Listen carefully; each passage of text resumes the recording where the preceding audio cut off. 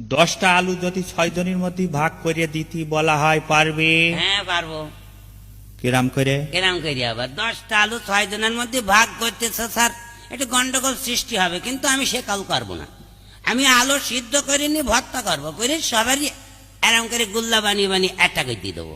গুল্লা বানিয়ে হ্যাঁ 10টা গুল্লা বানাবো, ভর্তা করে নিয়ে গুল্লা বানিয়ে সব একটা করে আমি দেবো। আমি ঠিক ওভাবে বলিনি, অঙ্কের সিস্টেমে 30টা ভাগ করতে হবে। না আপনার মতে চললে তো আমি পরের মার খাইতে পারবো না। আপনার ভাগে যদি কম দিয়ে আপনি কি আমার ছেড়ে দেবেন? তাই হ্যাঁ? ঠিক। ও দুজন ছাড়বে?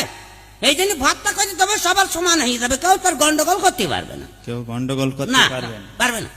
আচ্ছা যাকে যাক, আকলি তুই অঙ্ক করে আনিছিস ঠিকই, কিন্তু 4টে অঙ্কর উত্তর কেন একই অঙ্কের? আমি সাইডে সারা কাজ করি তাই। হজা, জি স্যার। এ বিষয়ে তোমার বক্তব্য? আমার বক্তব্য আর কি, চারটে স্যারের কাছে পড়ে 4 রকম উত্তর হয়েছে, এটা তো ইয়ে নেই, কোনো অসুবিধা নেই। অসুবিধা নেই। না আজকাল সমাধান দেখে অঙ্ক করবেন, ওই সমাধানে যে কোনো কোম্পানি, এক এক কোম্পানির সমাধানে এক এক রকম অঙ্কের উত্তর থাকে। স্কুলে মাস্টার করাই একরকম, প্রাইভেট স্যার করাই একরকম, সমাধানে থাকে একরকম, তোরা কয় রকম লাগবে, ও তো অসুবিধা হয় না ছাত্রদের। এই জন্য 4 রকম দিয়ে দিয়েছে, হ্যাঁ, যেটা দিয়েছে। খুশি বেছে নাও। যেটা খুশি তুমি বসিয়ে দাও, নাম্বার দিলে দিক, না দিলে আমার বইয়ে গেল। আচ্ছা ঠিক আছে, ভালো গর্ত খোঁড়ে এমন কয়েকটা প্রাণীর নাম বল। যেমন ইন্দুর, সুসো, কেঁচো, ঘোগরা।